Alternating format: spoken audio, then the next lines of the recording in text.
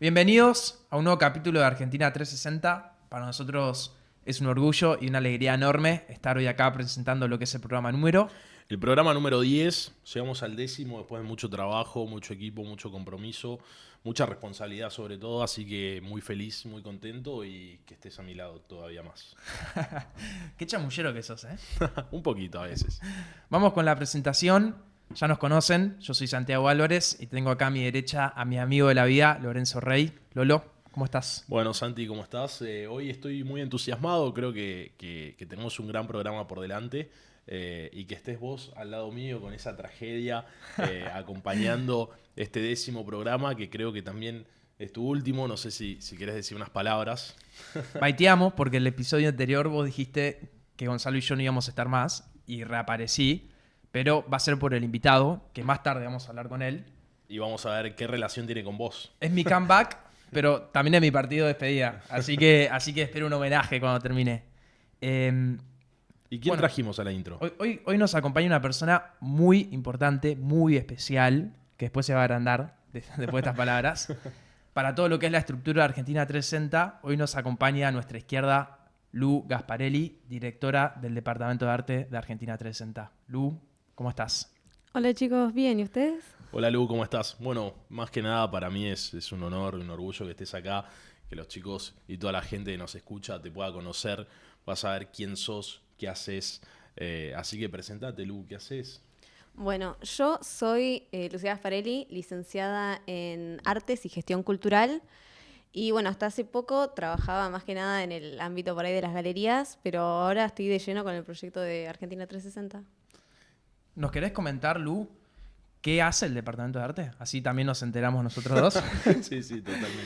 Bueno, yo soy directora del Departamento de Arte, somos un grupo de más de 10 personas que básicamente lo que hacemos nos encargamos de los artículos de opinión que van a la página web, de los eventos culturales que se vienen más adelante y de los aspectos por ahí que son más de comunidad que tienen que ver con Argentina 360. Lu, ¿y qué tenés ahí a tus manos? Esta es la primera edición de la revista. Se lanzó el 2 de octubre en el Palacio de Libertad con mucha convocatoria, por suerte. Y es un rejunte de escritos por diferentes autores, establecidos, no establecidos, jóvenes o gente con espíritu joven también, que abarca todos los aspectos de lo que uno entiende por cultura, ya sea música, literatura, cine, arte, historia, todo lo que se imaginen está acá adentro. ¿Y tienen en la cabeza presentar la revista en todo el país o es solo en Buenos Aires? Sí. Bueno, nosotros vamos a empezar a hacer giras federales y la idea es empezar a presentarla en distintos centros culturales en nuestros viajes. Qué lindo laburo eso, Lu, y poder dar a conocer la revista Argentina 360 en todo el país es muy lindo también. A mí lo que me llama la atención de esta revista, para los que nos ven en YouTube la están viendo, la tapa y la contratapa, es el diseño, ¿no? ¿Qué es esto? Es un fileteado, ¿no?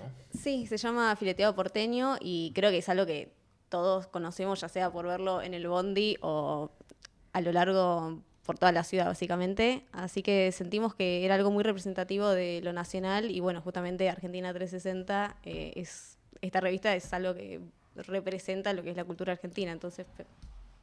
Me encanta, Muy bien. Lu. ¿Nos puedes comentar cómo fue el proceso de armado de la revista? Si tienen pensado hacer otra revista. El proceso de armado de la revista fue muy largo, la verdad. Nos encontrábamos cada 2 semanas presencialmente. Éramos como 10, 15 personas cada reunión, hablando de cómo van a ser los artículos, qué podíamos cambiar, intercambiando ideas. Y, y bueno, fue un proceso que claramente valió la pena porque ¿Te quedó... divertiste? Sí. Y, No tanto el viaje, pero la verdad que valió la pena, por suerte. Y la verdad que estoy muy ansiosa porque se va a hacer una segunda edición de la revista, así que nada, ansiosa. Qué lindo eso. Aparte, bueno, lógicamente nosotros fuimos parte de ese equipo. Digo, dentro del equipo del armado de la revista hay diseñadores, hay ilustradores, hay escritores, hay un montón de gente laburando atrás y poder ver materializado, digo, el producto final. Yo cuando vi la chapa de este fileteado tan lindo, dije, che, es tremendo. Y hoy verla acá y tenerla físicamente, más de 500 impresiones, la verdad que es un laburo tremendo, Lu, así que felicitaciones a vos y al equipo. Sí, realmente a mí algo que me llena de orgullo es haber podido laburar en conjunto. Vos decís, hay economistas, personas licenciadas en arte como vos, y que todos hayamos estado atrás del convencimiento de reivindicar la cultura, ¿no? Lo importante de eso, porque creo algo muy importante para remarcar es que todos nosotros trabajamos ad honorem por la convicción y la revista va a ser gratuita, ¿no? Sí, no, la verdad, tanta gente trabajando tipo con un mismo propósito es la razón por la cual yo quería formar parte de esta revista, así que estoy muy contenta con todo el proyecto, con las amistades también que salieron gracias a esta revista, así que nada. Y ahora vamos a con toda para la segunda edición, ¿no? Sí, ya empezamos con las reuniones, así que es ir para adelante. Me alegro. Ahora viene un invitado muy especial, ¿no? Así es, lo conocemos mucho, creo que vos lo conocés más, así que muy ansioso para ver qué tiene para contarnos. ¿Te gustó la exposición de Lu? Me gustó mucho. Para los que nos están escuchando y viendo, hubo muchos cortes en el medio, porque fue difícil, pero me encanta que Lu lidere un equipo tan lindo como es el equipo de arte de Argentina 360. Y bueno, muchas expectativas para lo que va a ser nuestra segunda revista para poder coronar este año. Es así, Lolo. Realmente Luli es una persona muy capaz. Cortamos mucho porque nos reímos. Me imagino que habrán escuchado ahora una carcajada. Pero eso es lo divertido de trabajar también con amigos. Así es. Y un saludo muy especial a nuestro querido productor Mati, que va a tener que hacer un esfuerzo con el editor. Era hora, ¿no? Y sí, había que justificar lo que se paga. Bueno, chicos, nos vemos para lo que va a ser la gran entrega. Hoy nos acompaña una persona muy importante para mí. Nos acompaña Mario Rodríguez Traverso, una persona que tiene una gran experiencia, un gran currículum en el sector privado. Y podría decir mi tío, mi padrino. Marete. Padrino, sí. Marete, ¿cómo estás? Bien, muy bien. Un gusto estar acá con ustedes y lindo que hayan encarado este proyecto, digo, me parece extraordinario. Hola Mario, ¿cómo estás? ¿Qué tal? ¿Cómo te va? Bien, bueno, Santi habló maravillas de vos. Te quiere mucho, te tiene presente todos los días, así que entrevistarte es un gran desafío, muy lindo. Y poder conocerte un poquito más, ¿no? Así que para arrancar, contame un poco. Perdón, encima yo me había retirado del podcast y volví solamente para entrevistarte a vos. O sea, es mi comeback y mi retiro también. Es verdad eso. Ojo Mario. que la mitad, créanle la mitad, dice Santiago, no es objetivo. Mario, contame, así te conocemos un poco más, cómo fue tu infancia, dónde naciste, dónde te criaste. Bueno, mira, yo nací acá, en Capital, fui desde primero inferior, sí, en ese momento se decía primero inferior, digo, mira vos, los años que uno tiene. Fui al Colegio El Salvador, vengo de una familia, éramos 8 hermanos, los viejos, la familia te diría que bien, feliz, tengo lindos recuerdos de la infancia, hice toda mi carrera en El Salvador, y bueno, ahí más o menos fue el tema de la infancia, por decirlo así. Yo te quería preguntar un poco de eso. Decís que fuiste a El Salvador, una tradición muy jesuita. ¿Vos te marcó digamos, que vayas a un colegio jesuita a lo largo de tu carrera? Mira, sí, yo creo que el colegio, sobre todo El Salvador, una que era, digamos, había de todo en términos de gente y sobre todo me marcó mucho en el tema solidario, ¿no? Ahí creo que los jesuitas hicieron mucho hincapié en ese tema. Y por otro lado había muchos campamentos, con lo cual uno compartía mucho con el resto, en momentos no solamente lo que sea una clase, sino campamentos, idas al campo de deporte, un montón de situaciones que se daban ahí que fueron la verdad que muy beneficiosas. ¿Y vos terminaste en El Salvador y qué estudiaste? Yo terminé en El Salvador, sí, en 5º año y estudié. Después de darle mucho la vuelta, entré en Ciencias Económicas. Hice la carrera de contador público. En la UBA. En la UBA, sí. ¿Y con qué dudaste? No, y estaba, es decir, el viejo era médico, siempre me pareció que la medicina era una carrera, es decir, tremendamente humana, ¿no? Pero nunca tuve las uñas de guitarrero para seguir medicina, pero me dio bastante vuelta en la cabeza. Y yo más bien era un tipo numérico, entonces me metí en ciencias económicas y me metí de contador. Y Mario, ¿vos trabajaste mientras hacías la carrera?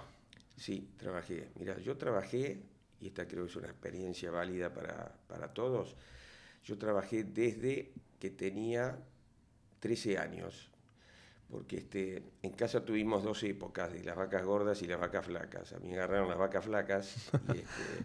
Y 8 entonces, hermanos no es fácil, igual. exactamente. Entonces, Había que mantenerlos a todos. para irme de vacaciones, cuando yo terminaba el colegio, trabajaba 45 días aproximadamente y después me iba de vacaciones hasta que empezaba el año siguiente.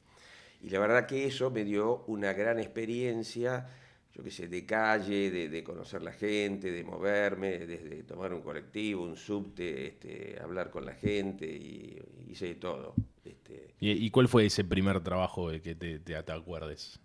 El primer trabajo, mira, fue en Oca, sí, que hay un día vestido de camisa y corbata y me esperaban con un valijón, te diría, lleno de sobres para repartir. Y cada uno quedaba a 3, 4 cuadras uno del otro, ¿no? Que parecían como si fuesen invitaciones. Y me acuerdo que era todo por Juan B. Justo, que creo que habré pateado como 6 horas y después de las 6 horas me tiré en una plaza panza arriba y dije nunca más. Y volví y dije no, esto no es para mí y dejé. Y después durante la facultad, que mientras vos cursabas la carrera de contador.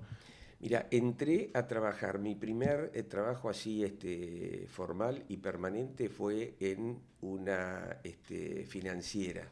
En ese momento, si querés, eran mandatarias. Empecé trabajando ahí. ¿Y qué consejo Hice toda mi carrera estudiando, sí. ¿Y qué consejo le podría dar a un estudiante? Mira, yo creo que el trabajo a la par me parece que a mí me dio mucho, digamos. Yo salí de la facultad sin saber si un libro contable se miraba de frente, de canto, de perfil, y el día a día del trabajo te lo da esa experiencia, ¿no? Así que yo no me arrepiento de haber trabajado, a pesar que muchas veces iba a la noche y me dormía un rato, ¿no? En la facultad apoyaba así sobre el asiento y me dormía en la clase, digo, pero yo se lo recomendaría a cualquiera. ¿Lo recomendás? Sí, en lo personal me parece que la calle y hacerlo en paralelo con la facultad te da mucho. Mario, ¿cómo llegaste a Volt? Mira, a Volt, bueno, yo trabajé en el mercado financiero, primero en una mandataria, después en una financiera, y la verdad que habré tenido ya en ese momento, haría aproximadamente 5 o 6 años que trabajaba. Y no me gustaba comprar y vender plata, digamos, ¿no? Me gustaba un poco estar más en lo que era industrial. Y me surgió por un conocido una alternativa de entrar a una empresa que era Volt Impresores. Y bueno, entré y de ahí prácticamente hice una carrera de 44 años. Uf, qué tremendo, ¿eh? Tremendo. Creo que es impensado el día de hoy. Hoy sí, totalmente. Volt es, para mantener al tanto a quienes nos están viendo, es un grupo holding de suma importancia en la Argentina. Pero yo quería preguntarte, ¿vos a qué edad llegaste a Volt? Y yo a Volt entré a los 22 años, 23 años. ¿Y cómo era en ese momento? Aproximadamente. Mira, en ese momento Volt era Volt Impresores, era una imprenta en la cual trabajaban, no sé, éramos 50 personas, creo. Y lo único que hacíamos era formularios continuos, que en definitiva era la bobina de papel y pasarla, a lo mejor ponerle las cremalleras para que después entre una computadora y tire, hacer facturas, eran cheques para bancos. Si querés, esa era la especialidad. ¿Y tu primer tarea dentro de la empresa cuál era? Mira, y empecé en la parte, si querés, contable, más, y después, al poquito tiempo, entré en la parte financiera. Y ahí arrancó tu carrera dentro de la empresa. Y ahí arrancó mi carrera, sí. Y la verdad que te digo que muchas veces que me preguntan, ¿no? Y yo digo 44 años, digo, qué aburrido, el tipo que me escucha es pensar, ¿no? 44 años siempre lo mismo. Y siempre aclaro, yo digo, cuando yo entré éramos 50 personas. Y cuando me retiré éramos 2.500. Y de ser un negocio prácticamente estándar, de hacer facturas, como te digo, formularios continuos y demás cosas, temas muy básicos, tendríamos casi 15 gamas de negocio diferentes, ¿no? Con lo cual fue una carrera extremadamente movida, por decirlo así, ¿no? En la cual me obligó a aprender un montón de asignaturas distintas, negocios distintos, y yo siempre decía que entraba a Boli y era como un pinball, ¿no? Porque nunca tenía tiempo era tac, tac, tac, tac, tac. Era saltar de un tema a otro permanentemente. Esas son preguntas que tenemos para más adelante también. Sí. Marete, ¿nos puedes comentar cómo fue, digamos, tu crecimiento dentro de la empresa? Mira, bueno, yo empecé en la parte contable, después pasé a la parte financiera y te diría que desde la parte financiera fue creciendo, porque era una empresa que no tenía capital, ¿no? Y bueno, y cada vez dábamos pasos, si querés, más largos y había que financiarlo, ¿no? Y en eso evidentemente fui bastante efectivo en el mercado financiero en ese momento, que había años donde uno tomaba plata por un día, la tomabas a las 3 de la tarde y la devolvías al día siguiente a las 10 de la mañana. Y yo tenía muchos amigos en el mercado financiero que esto había mucho tema de confianza, ¿no? Es decir, y bueno, ahí si querés empecé por la parte financiera y después me fui metiendo en los diferentes negocios que fueron surgiendo. Me estudiaba de los negocios, aprendía, leía, y bueno, y siempre fui un poco opinando un poco de todo, después no solamente de la parte financiera. Y de alguna forma, sin tener un título específico, podríamos decir que era un poco la mano derecha del dueño, ¿no? Pues esto era una empresa familiar, ¿no? De un único dueño, que después a posteriori entraron a trabajar los hijos, una mujer y un hombre. Y yo le digo el Tano cariñosamente porque era italiano, Antonio Tabanelli. Nada, la verdad que me dio siempre mucho camino, mucho apoyo, tanto las veces que me equivocaba como las veces que la acertaba, ¿no? Así que ahí, si querés, un poco fue... ¿Cuándo crees que la empresa hizo el clic? Mira, la empresa hizo el clic cuando de la parte gráfica empezó a pasar a la parte tecnológica, ¿no? A incorporarle a la parte gráfica, donde en algún momento el papel pasó a ser un costo del producto que ofrecíamos, ¿no? Entonces ahí, en ese momento, te diría que fue un poco el salto. Y después haberse metido, a partir de los clientes que teníamos, de tener loterías, ¿no? A los cuales le hacíamos los cupones y los billetes de lotería. A partir de ahí se empezó a ofrecer un sistema que el papel pasaba a ser un costo, porque después el sistema procesaba absolutamente todo. Y después vinieron los sistemas online, después vinieron todo un tema de un negocio de infracciones de tránsito, todo atado a tecnología. Había que imprimir la boleta y demás cosas, pero después estaba la tecnología lo que actuaba. Empresa de comunicaciones, bueno, un montón de cosas que se fueron sumando a servicios integrales que prestábamos y bueno, y era a veces entrar en negocios desconocidos, que había que aprenderlos sobre la marcha, ¿no? Era eso y aparte también era tener en cuenta un contexto nacional con suma volatilidad, ¿o no? Exactamente, sí, ahí creo que nos supimos mover, te diría que bien, ¿no? Y aprovechamos muchas oportunidades, es decir, por un lado, al venderle a bancos y a loterías, eran habitualmente empresas que tenían fondeo propio, ¿no? Que no era que estábamos dependiendo de un proveedor y demás cosas, con lo cual teníamos buenos clientes. Y en etapas de conflicto grande, que recuerdo mucho el 2001, que los bancos ofrecían tremendos descuentos, ¿no? Al cobrar de loterías y demás cosas, cobraban de lotería y de repente le cancelábamos a un banco por la mitad de lo que se le debía. Claro. Es decir, de repente en ese momento te hacían descuentos de hasta el 40%. Debías 1 millón, pagabas con 400.000 pesos, cancelabas. Así que eso creo que fue un asset importante en la industria nuestra. ¿Y cómo se siente? Vos decís y después, discúlpame, ahí en el mercado financiero siempre tuve mucha, digamos, buen diálogo, conexiones y más cosas, y creo que fui una persona creíble, digamos, ¿no? Yo empeñaba mucho mi palabra y cuando no apelaba a cosas que descontracturaban. ¿Qué tan importante es la credibilidad dentro del sector privado? Y es importantísima, te diría, en todo aspecto. Me parece que es un tema que juega mucho. Yo digo, es decir, un cuento, nosotros en el 2001 yo había pedido a un banco $1 millón para pagar sueldos, ¿no? Y bueno, me pidieron todo tipo de garantías y demás cosas, y no te puedo cantar lo que pasó en el medio, la verdad que fue muy gracioso, y después terminamos devolviendo el $1 millón. Bueno, por supuesto, no fueron dólares, porque después se especificó a 1.40 más ser, pero al vencimiento pusimos el 1.40 más ser, cuando en ese momento no pagaba nadie, ¿no? Así que en ese aspecto siempre fui cumplidor. Mario, vos hablaste hace un ratito que cuando entraste a Volt eran 50 personas trabajando y hoy son más de 2.000. ¿Cómo se siente o cómo sentiste ser parte de ese crecimiento de la empresa? Y la verdad que he visto, si querés, en el momento no lo medía, ¿no? Pues iban surgiendo cosas y uno trabajaba. Y para todo eso tuvimos que conseguir mucho financiamiento para el crecimiento. Y bueno, era trabajo. Ahora, evidentemente, después visto la perspectiva, ¿no? Mirando para atrás, y te digo, cuando más de uno me preguntaba 40, ¿viste? Yo digo 44 años, se les abre los ojos, ¿no? Más hoy a la juventud, que saltan mucho ¿no? de lugar a otro. Siempre hice hincapié que en la diversidad de negocios era lo que te atrapaba. Es decir, vos te sentabas y podías ver desde la parte de imprenta, la parte de casinos, la parte de sistemas, fotomulta, empresa de comunicaciones, gastronomía, espectáculos, había de todo, digamos. Entonces era un tema tremendamente divertido. Y en el momento a lo mejor uno opinaba, que evidentemente dentro del negocio había que hacer o no hacer,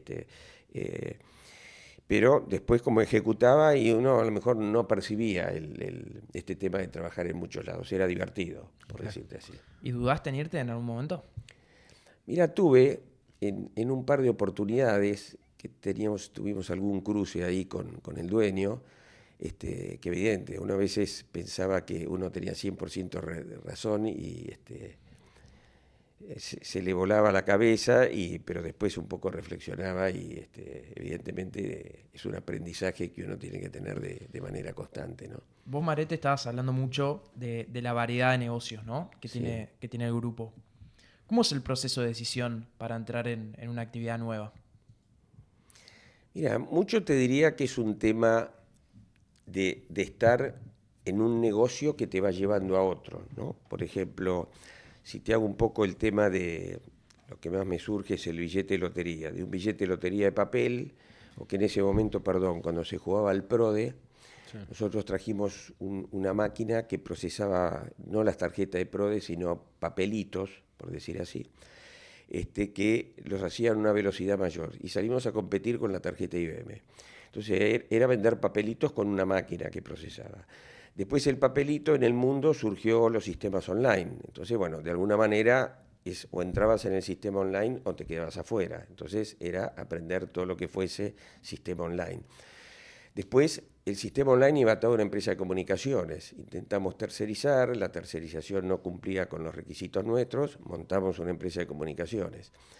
Después había un tema logístico de mantenimiento, teníamos multas grandes si no cumplíamos con determinados plazos. Entonces montamos una empresa logística propia y mantenimiento de las redes nuestras también, porque teníamos muchas multas si no cumplíamos en determinados valores.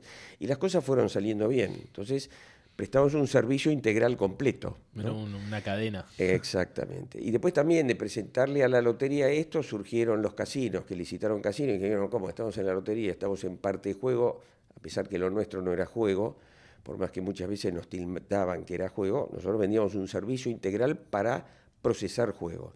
Pero bueno, de estar en juego dijimos, bueno, entremos en casinos, digamos, ¿no? Y así las cosas fueron, y de estar en sistemas surgieron las fotomultas, pues también hacían falta sistemas, procesamiento de papeles, información, digamos, fueron distintas cosas que fueron surgiendo, y bueno, y si querés un poco el dueño atrevido, que yo decía en el trabajo La Perinola siempre salía toma todo. Entonces había que entrar en todo. Por supuesto, hubo a veces que hubo errores, ¿no? Negocios que no funcionaron o socios que tuvimos que no tampoco anduvieron, pero en el fondo, la verdad que la empresa creció un montón. Y en ese proceso de crecimiento, ¿cómo te llevabas con la frustración? Y mal, te diría. No me era fácil, no me era fácil convivir con ella, pero bueno, también fue parte del aprendizaje, ¿no? Que uno va teniendo, que a veces uno cree, como digo, que se la sabe toda y evidentemente hay dentro del contexto y del marco otras variables que uno tiene que aprender a conocer, ¿no? A mí me ayudó mucho también, yo hice, y esto fue en el año 94, sí, 94, 95, en la empresa me mandaron a hacer un máster en dirección de empresas y lo hice en el IAE, ¿no? Sí.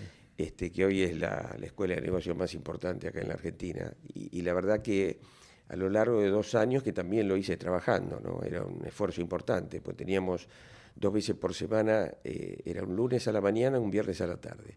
Y aparte tenía que los fines de semana había que agarrar los libros y estudiar. Y la verdad que me dio un montón de capacidades y lo que yo más reconozco fue sentido común y criterio para analizar las cosas. Pues en el transcurso del máster habremos visto 1000 casos diferentes, ¿no? Pues el máster está aplicado al método del caso, claro, ¿no? Entonces, de todo lo que vos analizabas, tenías casos. Entonces había que estudiar recursos humanos, producción, finanzas, comportamiento humano, todo mediante análisis de casos. Con lo cual, vos ves al final diferentes tipos de conflicto, donde uno los tiene que analizar y aplicar el criterio de cómo se da la solución al mismo, ¿no? Marete, Volt es una empresa muy histórica en todo lo que es mercado de capitales, todo lo que es bolsa, que además de cotizar con Volt, cotiza con varias de sus empresas. Sí. ¿Qué significa para una empresa cotizar en la bolsa y por qué Volt cotiza, además de con Volt, no sé, con gaming? No, mira, Volt inicialmente cotizaba con Volt Impresores, ¿no? Porque venía de una empresa que era Lamson Paragon. Ahí hicimos un cambio de nombre. Y después se nació Volt, pues ya empezamos a tener una diversidad de productos que estaba todo bajo la misma empresa, que era Volt. Entonces teníamos, no sé, de repente juego, procesamiento, tecnología, sistemas, gráfica. Entonces un día dijimos, bueno, esto hay que separar un poco. Si no, a veces se nos trababa el financiamiento, porque a lo mejor te decían, no, un banco no financiaba juego, pero juego de repente era el 20% del negocio y el resto, pero claro, te inhibía. Entonces lo primero que hicimos fue una escisión donde salió Volt Impresores, que ahí lo sacamos de la bolsa. Actualmente es una empresa cerrada, y creamos Volt Gaming y Volt Sociedad Anónima, ¿no? Donde tratamos de focalizar negocios específicos en cada una. Mario, y en relación a eso, ¿cómo, digamos, qué tenés en cuenta vos a la hora de armar tu equipo de trabajo? Buena pregunta. Mira, lo que siempre valoré fue, me gustó siempre trabajar con gente conocida, ¿no? Por supuesto, no siempre la gente que tomamos era gente conocida, pero gente a lo mejor que tuviese sentido común, gente que estuviese dispuesto. Nunca me gustó la persona que era de 8 a 6 de la tarde, ¿no? Me parece que al trabajo hay que dedicarle y así creo que hay que reconocerlo también. Y también debo reconocer que, por supuesto, muchas veces uno eligiendo se equivoca, ¿no? Que después al tiempo de estar trabajando te das cuenta que la decisión fue errónea. Pero sí es importante contar con equipo de trabajo que te acompañe en el proceso, sí. Hay una frase en la Corpo que nos dijo Pato Hepsen cuando vino, que creo que era: contrate lento, despide rápido. Sí, le he pegado muchas veces en muy buena gente y en otras me equivoqué, también grosero. Que muchos me pasaban después la factura, digo, mira quién tomaste, digo, pero bueno, evidentemente uno en la vida se equivoca. Marete, saliendo un poquito de lo que es Volt, yo tengo el lujo de conocerte y sos una persona que siempre estuvo muy abocada a todo lo que es ayuda social. ¿Qué es lo que estás haciendo ahora? Mira, el tema social me vino desde, como te decía, desde la época de los jesuitas. Yo empecé ya en la época del colegio, iba mucho a la Villa 31 ahí con el padre Mujica. Y desde ahí siempre estuve así enfocado en temas solidarios. Y desde Volt en algún momento dije, la parte de responsabilidad social empresaria para una empresa tiene que ser un tema clave, ¿no? Y bueno, si querés, de alguna manera personal, fui llevando adelante una serie de cosas, sobre todo, más que nada, apoyando instituciones que ya tenían formado el tema, ONGs, ¿no? Después trabajamos mucho con Un Techo para mi País, que me parecía que era una forma, ¿no?, donde te unía a toda la empresa, porque en un techo, es decir, hace un pozo desde el dueño hasta el cadete y el último empleado de fábrica, digamos, ¿no? Ahí somos todos iguales. Todos estamos bajo el sol, todos comemos lo mismo, todos estamos... Y eso fue un hecho que nos unió mucho, porque había muchas empresas, entonces íbamos de todas las empresas, nos conocíamos participando, había mucha convocatoria, y llegábamos a hacer 4 casas de repente. Entonces la gente que iba un fin de semana, a lo mejor 20 personas por casa, éramos como 80, digamos, ¿no? En la cual después se interactuaba y bueno, se compartía mucho.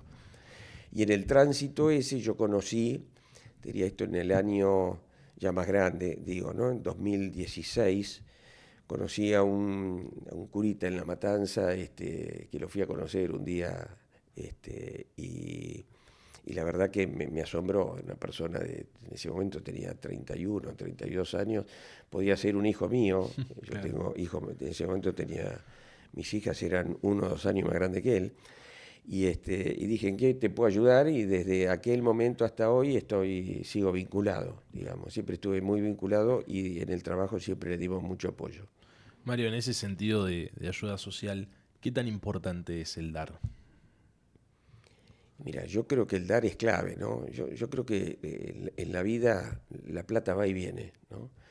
Y yo creo que si los proyectos son buenos, la gente te acompaña, ¿no?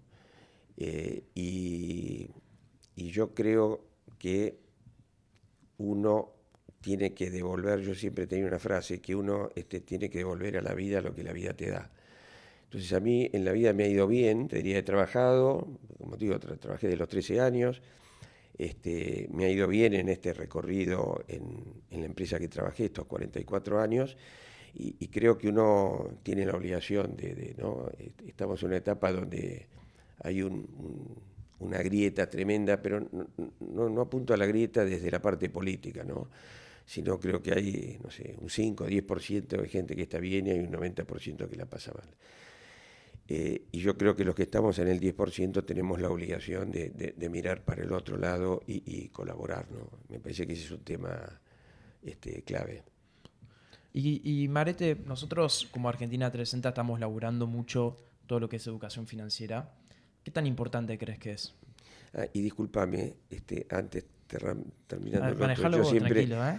No, terminando lo que te decía, yo siempre tenía un dicho que se lo decía a mis hijas, ¿no? Y siempre me hizo mucha, que era de Tagore, ¿no?, que decía, yo dormía y soñaba que la vida era alegría, desperté y vi que la vida era servicio, serví y vi que el servicio era alegría. Aquí ahí un poco cierra todo este esquema del por qué el dar, ¿no? Yo considero que es un tema clave. Pero bueno, ahora Educación vayamos a financiera. Argentina. ¿Qué tan importante es la educación financiera para vos? Mira, me parece que es importante por el hecho de que hay mucha gente que no sabe, que no conoce. Creo que en el círculo nuestro todos más o menos entienden del tema y conocen, pero hay un montón de gente que no conoce cómo financiarse, no conoce cómo comprar. Y habitualmente siempre, es como yo digo, todas las cosas pareciera que van en beneficio del círculo de ese 10%, ¿no? Porque vos pasás por un supermercado y tenés el 30% de descuento con modo, el 20% con esto, el 10% con el otro, sí, y eso no tiene acceso el resto de la gente, a lo mejor mucho porque no sabe, ¿no? Porque hoy creo que la bancarización está mucho al alcance de mucha gente, y creo que eso es un tema de educación financiera importante, ¿no? Mario, acá Santi me spoileó un poquito, me contó, pero ¿qué significa para vos o qué sentís para vos cuando los jóvenes eligen irse del país?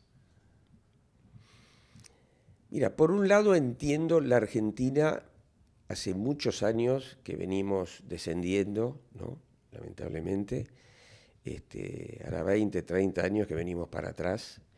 Entonces entiendo por un lado la frustración de mucha gente que de repente estudió, se recibió y en la Argentina no le da posibilidades, ¿no? Y se va para afuera.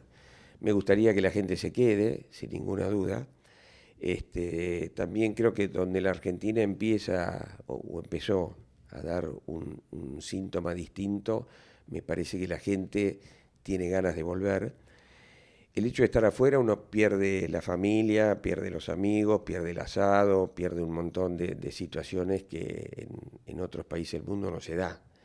Yo tengo una sobrina viviendo en Estados Unidos, en Miami, y vos para ir a lo de una invitación, la invitación te invitan 30 días antes, ¿viste? Tenés tanta traba, ¿no?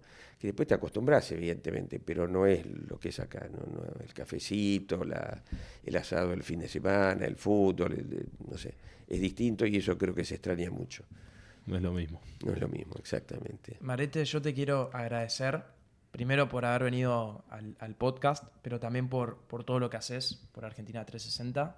Pará, ¿le puedo hacer una pregunta antes? Sí, las que quieras. Sí, las que quieran. Yo te quería hacer una pregunta antes del cierre que va a hacer Santi. ¿Qué consejo le das al pibe o a la piba que sale de la facultad y que está arrancando una carrera en una empresa o en el sector privado? Mira, por eso te decía, yo en la medida que puedan, yo aconsejo que mientras haces la carrera que trabajes. Me parece que es una buena alternativa. Por otro lado, te diría que hoy los jóvenes, la verdad que son diferentes, ¿no? a lo que somos nosotros, ¿no? Lo más grande. Me pasa con mis hijas que yo de repente les doy un consejo y me dicen, no, papá, dice, ya, esto no funciona. Pero creo que hay que ser consecuente, creo que hay que tener principios, ¿no? Creo que la palabra es algo que vale. El sacrificio es algo que vale, es decir, a mí en mi vida el sacrificio me sirvió, digo, llegué a donde llegué, no porque nadie me haya regalado nada, ni porque haya recibido de mis padres nada. Así que creo que el tema va por ese lado. Gracias, Mario. Marete, te agradecemos. Quiero aprovechar y también le mandamos un beso grande a tus hijas, Paz, Asun y Rochi, que seguramente nos están mirando. Sí. Gracias por venir, Marete. No, por favor, gracias a ustedes. Un gusto y a todos. Bueno, de esto estuvimos acá viendo un poco el lanzamiento. Creo que me encanta lo que están haciendo. Creo que esto va a aglutinar un montón de gente y creo que esto despierta un montón de intereses, de gente que ve que se puede, ¿no? Porque a veces uno enseguida, creo que en la vida le pone un montón de peros y límites a las cosas cuando si uno se larga las cosas van saliendo. Yo el ejemplo lo tengo con este tema solidario en La Matanza, digo, el curita va y yo siempre dije, en todo proyecto me presentó, siempre hagámoslo. Y de repente teníamos 0 en el bolsillo, pero las cosas van saliendo, así que es cuestión de largarse a la cancha y patear y vender el producto y las cosas salen. Es un poco el espíritu de Argentina 360, ¿no? Laburar con muchísimos pibes y con ganas y pasión por lo que hacemos. Y bueno, Mario, Santi ya te agradeció, pero gracias por todo lo que haces por nosotros. No, también. por favor, gracias a ustedes. Un placer, ¿eh?